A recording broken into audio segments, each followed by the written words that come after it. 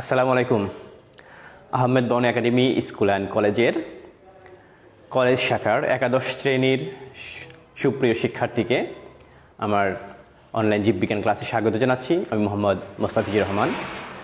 আমি বরাবরই যেটা তোমাদের বলে থাকি, এটা শুধুমাত্র একাদশ শ্রেণী ক্লাস নয়, অর্থাৎ আমি যে ক্লাসটা নিব ম্যাক্সিমাম ক্লাসগুলো একাদশ এবং দ্বাদশ উভয় শ্রেণীর স্টুডেন্টদের জন্য। কারণ তোমরা যারা এই বিষয়গুলো একাদশ শ্রেণীতে পড়ে এখন দ্বাদশ শ্রেণীতে উঠেছ, তারা হয়তো অনেক জিনিস ভুলে গেছো।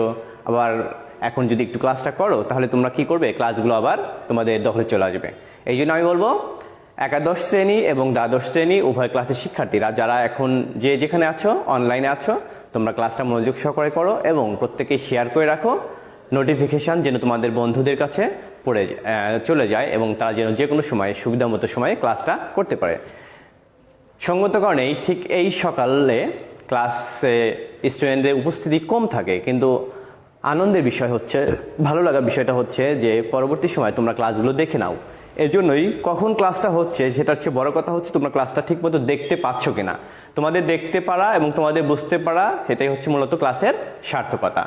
তো সুপ্রিয় শিক্ষার্থীরা, আমি একটু অনলাইন চেক করে নিচ্ছি, অর্থাৎ ঠিক এই মুহূর্তে কারা কারা জয়েন করেছো আমাদের লাইভ ক্লাসে, তাদের সাথে একটু কন্ট্যাক্ট করে নেই। এবং তোমাদেরকে আমি যেটা বলবো সেটা তোমরা অবশ্যই কি করবে, ক্লাসটাকে শেয়ার করে রাখো এবং কমেন্টস করে রাখো, যাতে করে তোমাদের কি সুবিধা অসুবিধা থাকে সেটা যেন আমি পরবর্তী সময় বুঝতে পারি এবং পরবর্তী ক্লাসে সেই বিষয়টা নিয়ে আলোচনা করতে পারি।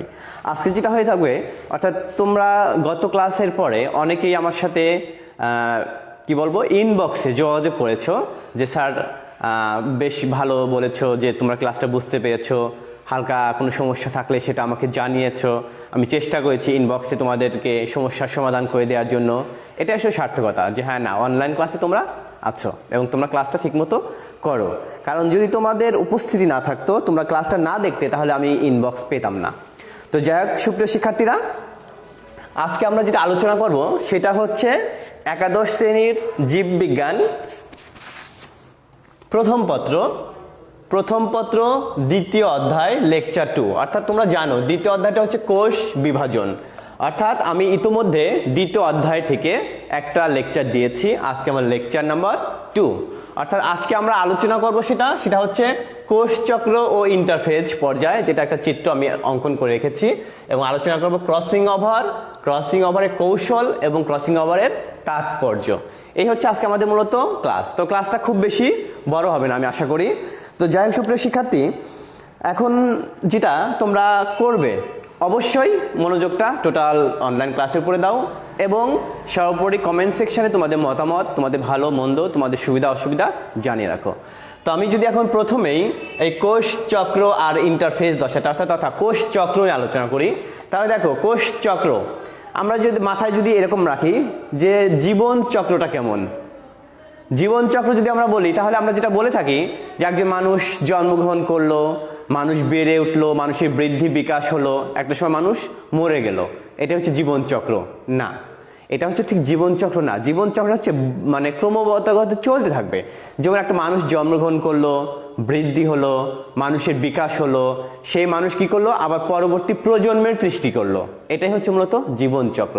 ঠিক আমরা যদি এইখান থেকে আসি যে কোষ চক্র কি, তাহলে কোষ চক্রটাকে আমরা যদি বলি একটি সুস্থ ও বর্ধিষ্ণু কোষের, কোথায় বললাম, সুস্থ হতে হবে এবং বর্ধিষ্ণু কোষের কি হবে, জীবন চক্র শুরু হয় মাতৃকোষের বিভাজনের ফলে তার সৃষ্টির মাধ্যমে, এবং তার কি হয়, বিকাশ ঘটবে এবং পরবর্তীতে সে কি করবে, অপত্য কোষের সৃষ্টি করবে। এই অপত্য কোষের মাধ্যম দিয়ে নতুন প্রজন্মের সৃষ্টি হবে। এটা হচ্ছে কোষ চক্র। সুপ্রিয় শিক্ষার্থী, আমি আবার বলছি যে কোষ চক্র কি, বোঝা যাচ্ছে একটি সুস্থ বর্ধিষ্ণু কোষের জীবন চক্র শুরু হয় মাতৃকোষের বিভাজন ফলে তার সৃষ্টির মাধ্যমে, এবং কোষ চক্র শেষ হয় কোথায়, অপত্য কোষের সৃষ্টির মাধ্যমে। আমি আশা করি কোষ চক্রটা মোটামুটি সংজ্ঞাটা বুঝতে পেরেছো। আমি আবার বলছি, একটি সুস্থ বর্ধিষ্ণু কোষের জীবন চক্র শুরু হয় মাতৃকোষের বিভাজনের ফলে বিকাশ এবং বৃদ্ধি হয়ে এবং সর্বোপরি অপত্য কোষের সৃষ্টির মাধ্যমে। এভাবেই মূলত কোষ চক্রের সম্পন্ন হয়। এখন যদি বলা হয় কোষ চক্র বিভাজিত হয় কখন, কিভাবে এবং কেন, আচ্ছা তাহলে আমি আগেই বললাম যে কোষ চক্র বিভাজিত হতে মূলত তিনটা ধাপ। একটা হচ্ছে কোষের কি হচ্ছে বিভাজন হচ্ছে, কোষের বৃদ্ধি ও বিকাশ হচ্ছে এবং অপত্য কোষের সৃষ্টি হচ্ছে। এভাবেই মূলত কিন্তু একটা কোষ চক্র চলছে।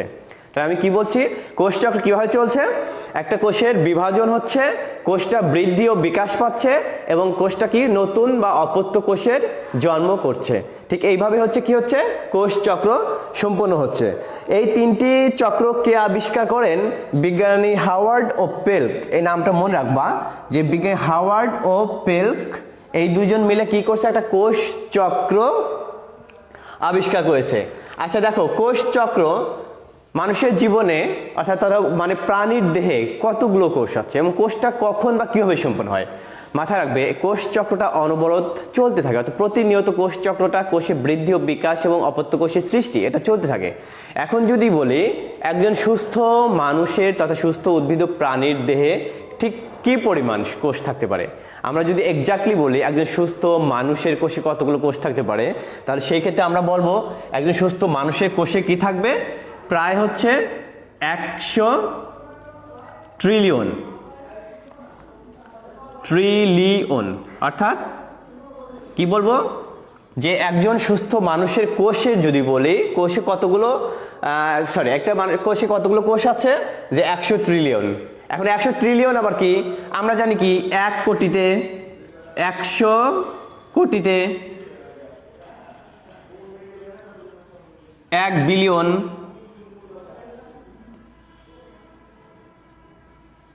আবার হচ্ছে কি 100 লক্ষ কোটিতে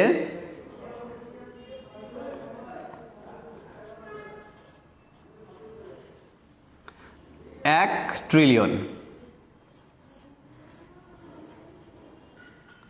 তাহলে বুঝতে পারছো যে কি 100 ট্রিলিয়ন আর 100 লক্ষ কোটিতে হচ্ছে 1 ট্রিলিয়ন। তাই দেখো ব্যাপারটা হচ্ছে এরকম, 1 ট্রিলিয়ন হচ্ছে 100 ট্রিলিয়ন, মানে কি আমরা যদি বলি একজন সুস্থ মানুষের দেহে কতগুলো কোষ আছে, 100 ট্রিলিয়ন, অর্থাৎ 100 ট্রিলিয়ন কোষ আছে। এখন এই কোষ চক্রটা কিভাবে সম্পন্ন হয়, এখন কোষ চক্রটা যদি বলা হয় দেহকে সুস্থ রাখতে হলে, আমরা জানি দেহকে সুস্থ রাখতে হলে দেহের মধ্যে প্রতিনিয়ত কোষের বিভাজন ঘটবে।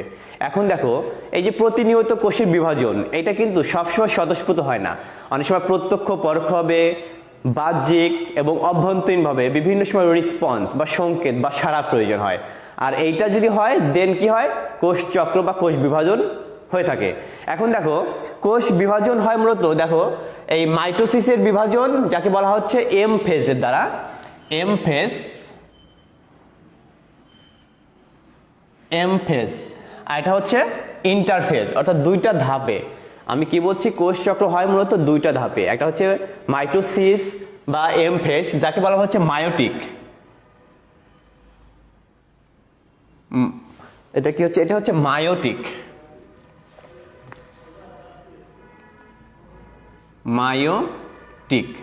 তথা হচ্ছে কি মাইটোসিস।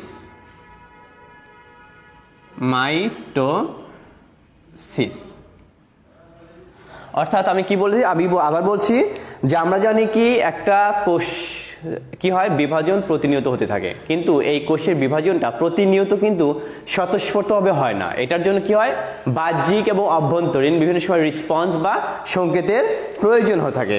আমরা তো জানি যে কি অভ্যন্তরীণ ক্ষেত্রে বলি বা বাহ্যিক সিগন্যাল ক্ষেত্রে বলি, কিছু কিছু কোষ আছে অতি দূরত্ব বিভাজিত হয়, যেমন কোনগুলো, সেগুলো উদ্ভিদের কি ভ্রূণ কোষ, আমি কি বললাম ভ্রূণ কোষ, মূল এবং কাণ্ডের মেরিস্টম, শীর্ষ মেরিস্টম, এই জায়গাগুলোতে কি হয় স্বতঃস্ফূর্তভাবে এবং খুব দ্রুত পরিসরে কোষের বিভাজন হতে থাকে।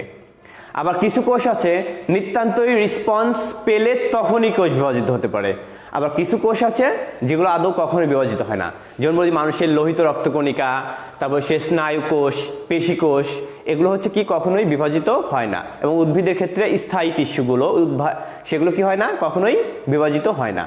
তাহলে আমি যদি এই কথা ঠিক আবার বলি, যেমন কি বললাম কিছু কোষ আছে অতি দ্রুত স্বতঃস্ফূর্তভাবে বিভাজিত হয়, সেগুলো কোনগুলো, উদ্ভিদের শীর্ষ মূল, তারপরে হচ্ছে উদ্ভিদের মেরিস্টম বা তথা শীর্ষকাণ্ড, তারপর হচ্ছে ভ্রূণ কোষ, এগুলো কি হয় অতি দ্রুত এবং স্বতঃস্ফূর্তভাবে বিভাজিত হয়। আবার কিছু কোষ আছে নিতান্ত সংকেত বা সিগন্যাল দিলেই তখন মাত্র বিভাজিত হয়। আবার কিছু কোষ আছে যেগুলো আদৌ কখন বিভাজিত হয় না। তার মধ্যে কোনগুলো? একটা আছে যেমন কি মানুষের লোহিত রক্তকণিকার কোষ, তারপর সে স্নায়ু কোষ, পেশি কোষ, এবং কিছু উদ্ভিদ আছে যে উদ্ভিদের স্থায়ী কোষগুলো অর্থাৎ স্থায়ী টিস্যু, সেগুলো কি হয় না কখনো বিভাজিত হয় না। এখন তাহলে এটা যদি আমরা বলি, এখন দেখো কোষ হয় মূলত দুইটি ধাপ, সেটা বললাম, একটা হচ্ছে মাইটোসিস তথা এম ফেজ তথা মায়োটিক ফেজ, আর এই ধাপটা সম্পূর্ণ হয় 5 থেকে 10% সময় ব্যয় হয়।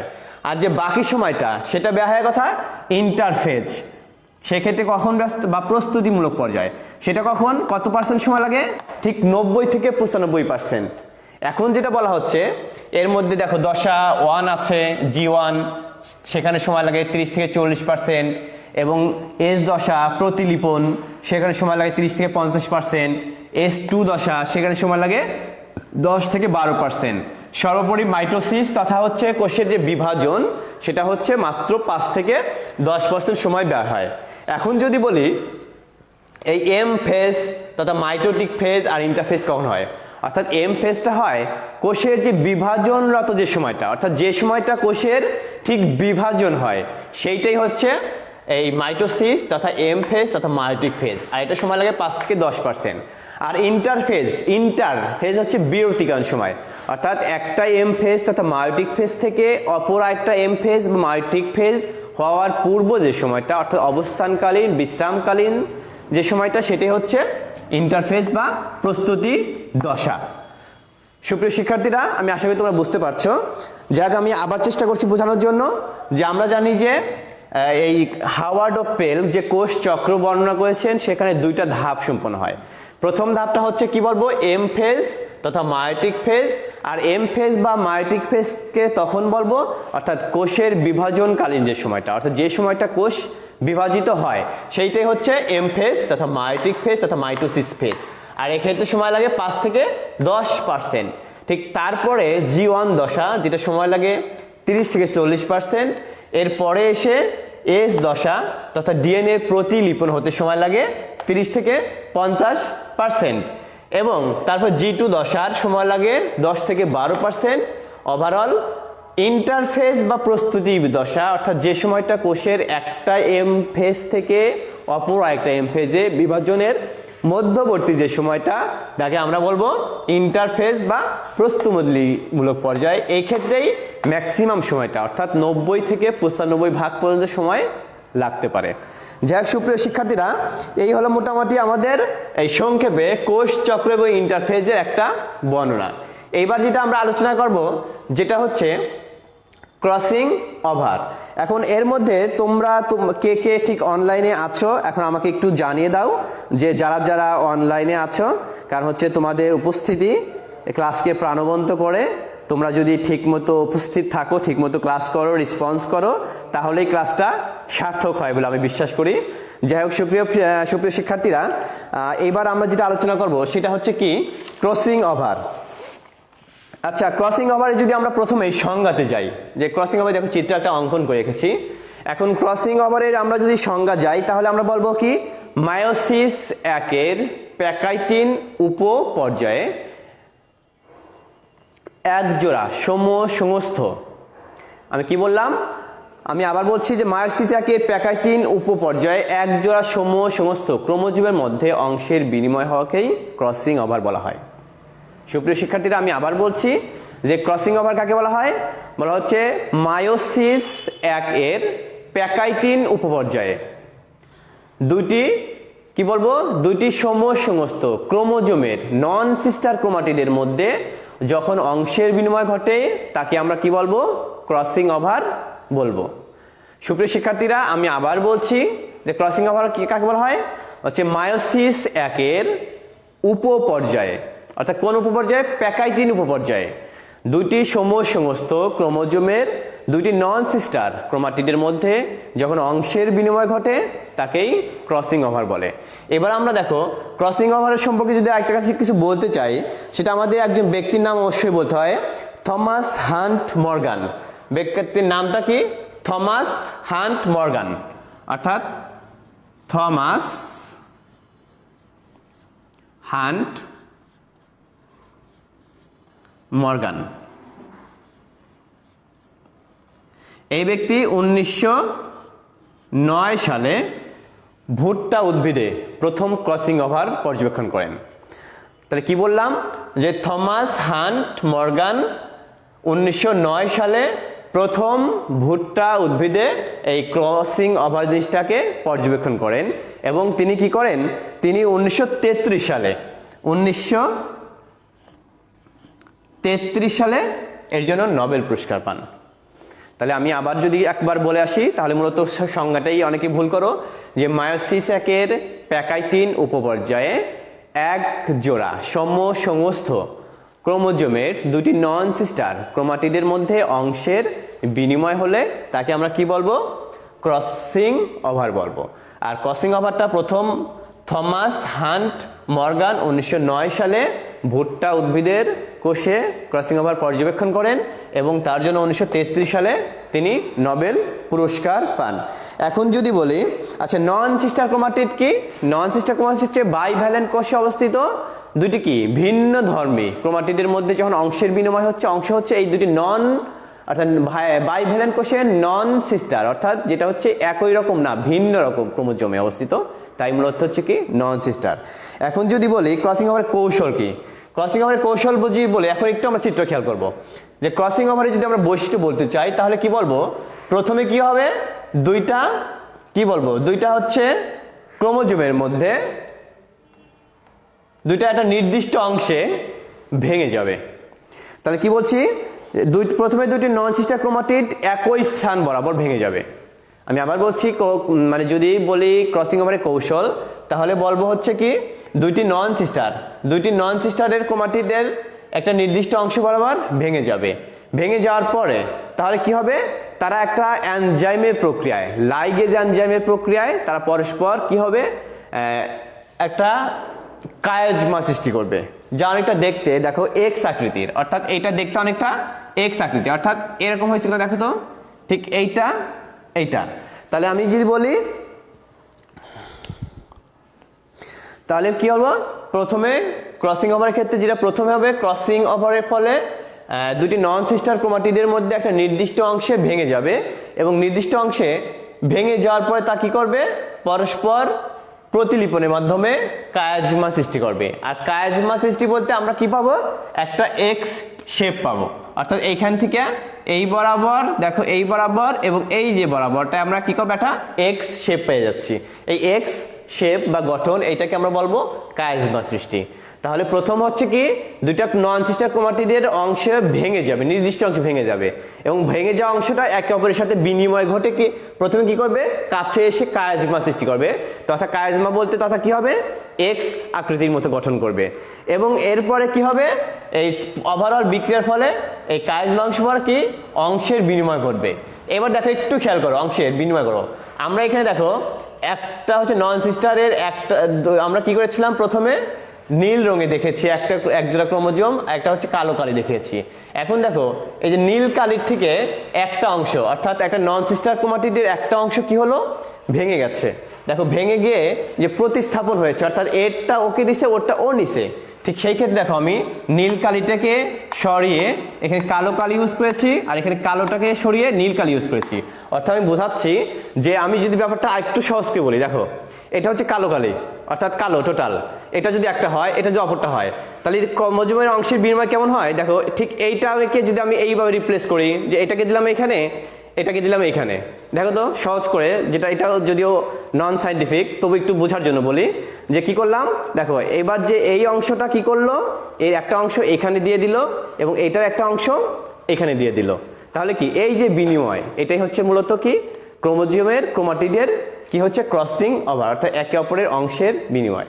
এখন যদি এটাকে আমরা কৌশল বলে থাকি তাহলে এর তাৎপর্য বা গুরুত্বটা কি সেটা তোমরা অবশ্যই জানো, যে ক্রসিং ওভারের ফলে আমরা জানি কি ক্রোমাটিডের অংশের বিনিময় ঘটছে, আর ক্রোমাটিডের অংশের বিনিময় ঘটছে বলে কি হচ্ছে এদের জিনের কি হচ্ছে পরিবর্তন হচ্ছে, অর্থাৎ একটা জিন থেকে আরেকটা জিনের বিন্যাস বা কি বলবো এটাকে প্রতিস্থাপন হচ্ছে।